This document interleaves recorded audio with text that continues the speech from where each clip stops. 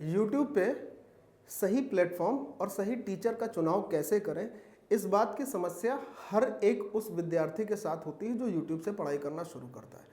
जब मैंने पढ़ाई करना शुरू की थी तो मेरे साथ भी यही समस्या थी। तो इस समस्या के समाधान के लिए ये वीडियो है आपके लिए कि आप किस प्रकार से एक सही YouTube चैनल का चुनाव करें, सही टीचर का चुनाव करें कि आप उससे लगातार पढ़ पाएँ। तो अगर आपकी भी यही समस्या है या जितने भी बच्चों की समस्या है तो वीडियो को प्लीज़ स्किप मत करिएगा, पूरा देखिएगा और एक वीडियो से आपका सिलेक्शन का जो 3 से 4 साल का ज़्यादा समय है वो कम हो जाएगा, क्योंकि ये एक बहुत इन्फॉर्मेटिव वीडियो होने वाली है आप सभी के लिए। आपको सिर्फ 5 बातें बताऊंगा, इससे आप ये चुन पाओगे कि आपको कौन से चैनल और कौन से टीचर का चुनाव करना है, जिससे आप अपनी पढ़ाई को अच्छे ढंग से आगे लेके जा सकें। तो चलिए शुरू करते हैं। पहला पॉइंट क्या है? सबसे पहला पॉइंट ये है, क्या आप सही से पढ़ रहे हैं? अब इस मतलब का क्या है, इस पॉइंट का मतलब क्या है, इस चीज को समझना। सही से पढ़ाई का मतलब ये होता है कि जिस भी प्लेटफॉर्म का या जिस भी YouTube चैनल का आपने चुनाव किया या जिस भी टीचर का चुनाव किया किसी भी सब्जेक्ट के लिए, क्योंकि आज के ज़माने में YouTube पे हजारों टीचर पढ़ा रहे हैं, हजारों सब्जेक्ट के अलग अलग टीचर हैं जो कि वो सब्जेक्ट पढ़ा रहे हैं। अब उसमें आपको बेस्ट कैसे चुनना है, इस चीज़ को समझना। क्या आप सही से पढ़ रहे हैं? तो इस बात का मतलब यह है कि अगर आपने किसी प्लेटफॉर्म में किसी टीचर को फॉलो करना शुरू किया तो उस टीचर से आपके में इम्प्रूवमेंट हो पा रहा है, उस टीचर की पढ़ाने के तरीके से आप संतुष्ट हो पा रहे हैं। कहने का मतलब यह है, मान लीजिए मैं एक एग्जाम्पल ले लेता हूं मैथ का, कॉम्पिटिटिव एग्जाम की मैथ के लिए। तो जब आप लगातार उस टीचर से पढ़ रहे हैं तो उन टीचर के माध्यम से आपकी कैलकुलेशन स्किल सुधर रही है, आपके कॉन्सेप्ट में मजबूती आ रही है, आप नई अप्रोचेस को सीखने में अपने आप को सक्षम पा रहे हो, आपका एक्यूरेसी बढ़ रही है, या आपका जो समय है ना सवाल को लेने का वो कम हो रहा है कि नहीं हो रहा है। अगर ऐसा नहीं हो रहा है तो आपको तुरंत ही प्लेटफॉर्म और टीचर दोनों को बदलने की आवश्यकता है, क्योंकि YouTube पर आप जितना समय देते रहेंगे वो समय आपके लिए कम ही पड़ जाएगा। दूसरा सबसे बड़ा पॉइंट, ये एक ऐसा पॉइंट है जिसको आपको अपनी समझ के अनुसार कनेक्ट करना है। देखिए, अब हर टीचर से हर बच्चा कनेक्ट नहीं हो सकता है।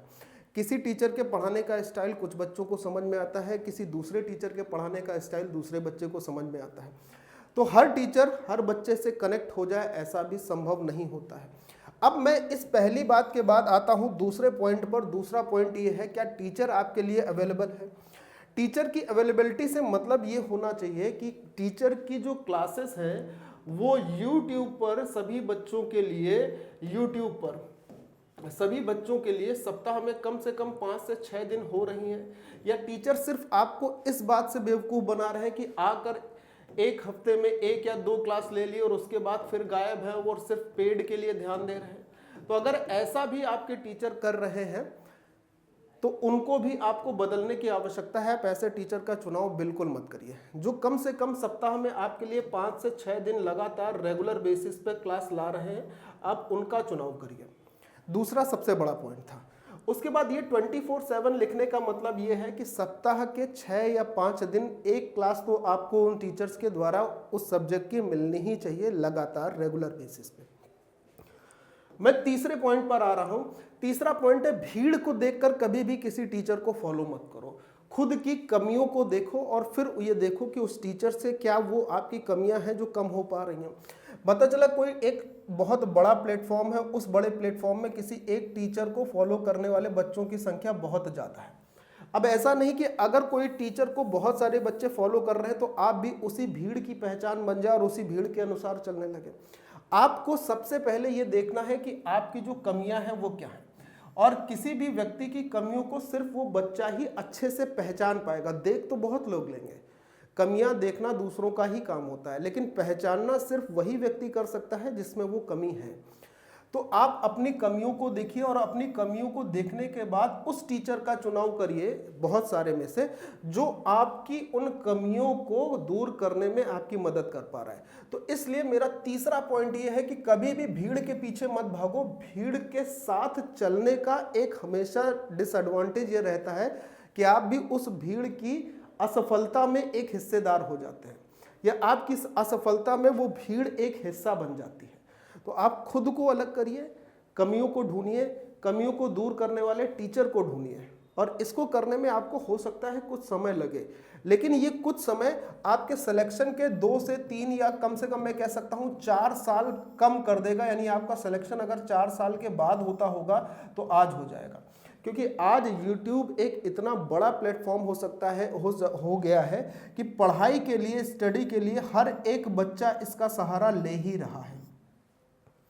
चौथे पॉइंट पर मैं आता हूं और ये बहुत जेन्युइन पॉइंट है। अब चीज़ों को समझने का बहुत अच्छे से प्रयास करिएगा। चौथा ये पॉइंट है कि टीचर्स के एफर्ट को देखने की कोशिश करिए कि जब आपको टीचर YouTube पे भी पढ़ा रहे हैं ना, तो वो कितने एफर्ट से पढ़ा रहे हैं, कितना एफर्ट दे रहे हैं। इसका एक सिंपल सा मतलब ये है कि अगर मैं एक सब्जेक्ट, मान लीजिए अपने सब्जेक्ट मैथ की बात करता हूँ, तो मैथ में टीचर YouTube की क्लास के लिए अपने सभी बच्चों को कितना एफर्ट दे रहे हैं, इसको भी देखना है। क्या वो आपको कैलकुलेशन स्किल सिखाने में अपना काम कर रहे हैं? क्या आपको वो सवालों में कैलकुलेशन के साथ कॉन्सेप्ट सिखाते हैं? क्या आपको वो कई सारी मैथ्स की ऐसी चीजें जो कि पेपर में जरूरी होती हैं, जैसे टेबल्स हो गए, इसकी एप्लीकेशन सिखा रहे हैं? यानी जितनी भी एप्लीकेशन है उसको सिखा रहे हैं या नहीं सिखा रहे हैं? कुछ टीचर आपको ऐसे भी मिलेंगे जो आज भी आपको एक्स वाले मेथड या पुराने मेथड से सवाल कराते होंगे, जो एक ज्यादा समय लेने वाला तरीका होता है। यहां से ना आपकी स्पीड बन पाएगी, ना ही आप पेपर में सही ढंग से परफॉर्म कर पाएंगे। तो जो भी टीचर, मैं आपको बोलूंगा, जो भी टीचर आपको इन सब चीजों पर, स्किल की आपको मजबूत करने पर, सही सलाह देने पर, कॉन्सेप्ट को सिखाने पर, चीजों को बताने पर काम कर रहे हैं ना, आप उनको चुनना शुरू करिए। जो केवल एक्स वाला मेथड बता रहे हैं या केवल जो ऐसी शॉर्ट ट्रिक ही बताते हैं, केवल कहने लगे शॉर्ट ट्रिक बता रहे हैं और शॉर्ट ट्रिक से सवाल सॉल्व हो जाएगा, तो शॉर्ट ट्रिक अगर बच्चों को बता रहे हैं तो उससे पहले तो ये तो बताएं कम से कम। मैं टीचर्स कम्युनिटी से अनुरोध करूंगा कि बच्चों को कम से कम ये तो बताइए कि ये शॉर्ट ट्रिक बनी कैसे। उसके बाद अगर आप शॉर्ट ट्रिक बच्चों को देंगे ना, तो मुझे लगता है ये एक बहुत बेहतर ऑप्शन होगा उन बच्चों को सीखने के लिए। तो इस चीज को भी ध्यान से समझना है कि टीचर्स का एफर्ट देखिए कि टीचर अपना सारा एफर्ट सिर्फ पेड बच्चों के लिए रख रहा है, जिन्होंने उनका कोर्स खरीद रखा है। अगर वो ऐसा कर रहा है तो ये सरासर गलत है। अगर आप YouTube पर पढ़ा रहे हैं और रेगुलर बेसिस पे पढ़ा रहे हैं, तो आपकी नैतिक जिम्मेदारी ये होनी चाहिए कि आप YouTube वाले बच्चों के लिए भी उसी एफर्ट्स, उसी शिद्दत, उसी डेडिकेशन के साथ काम करिए जिससे आप पेड में करते हैं। अगले पॉइंट पर मैं जाता हूं, बहुत समय नहीं लूंगा। अगले पॉइंट को आते हैं और ये भी आपके लिए एक इंपॉर्टेंट पॉइंट है। इंपॉर्टेंट पॉइंट ये है कि चुनने के बाद कुछ समय तक आपको रेगुलरिटी मेंटेन करनी है। मान लीजिए आपने एक फला फला नाम के टीचर को चुन लिया, अब आप कम से कम, मैं अगर बोलूंगा तो कम से कम 20 दिन उस टीचर को फॉलो करिए एटलीस्ट। ये आइडियल टाइम क्या होता है? 21 दिन का। 21 दिन उस टीचर को फॉलो करिए और ये देखिए कि आप 21 दिन फॉलो करने के बाद उस टीचर से आप में जो इम्प्रूवमेंट होना चाहिए वो इम्प्रूवमेंट हुआ है कि नहीं हुआ है, और ये इम्प्रूवमेंट आपको खुद दिखेगा। अगर कोई ये जानना चाहे बच्चा कि सर ये इम्प्रूवमेंट हम कैसे देखें कि कैसे हो रहा है, तो आप मॉक पेपर लगाइए। उस मॉक पेपर में आपका एक्यूरेसी कितने % थी पहले और एक्यूरेसी का प्रतिशत अब कितना है, आप कितने समय में पहले काम कर रहे थे और कितने समय में अब काम कर रहे हैं। सबसे बढ़िया ये 2 पैरामीटर होते हैं आपकी अपनी खुद की इंप्रूवमेंट को देखने के लिए। आप कितना नॉलेज गेन कर पा रहे हैं प्रत्येक क्लास से, उसी एक निश्चित समय में आपका नॉलेज कितना बढ़ रहा है, इस चीज को भी देखिए। ठीक है, अब एक और पॉइंट है जो मैं आपसे कहना चाहूंगा, कभी भी आप अगर YouTube पे पढ़ रहे हो तो इन बातों पर भी आप फोकस रखना। मैं आपको फिर से बता रहा हूं, यहां पे मैंने बताया कि आपको अपने कैलकुलेशन स्किल पर, कॉन्सेप्ट पर, न्यू अप्रोच पर, एक्यूरेसी और टाइम पर ये तो ध्यान देना ही देना है। तो आप इन 5 बातों का ध्यान रखकर एक अच्छे प्लेटफॉर्म और अच्छे टीचर का चुनाव कर सकते हैं।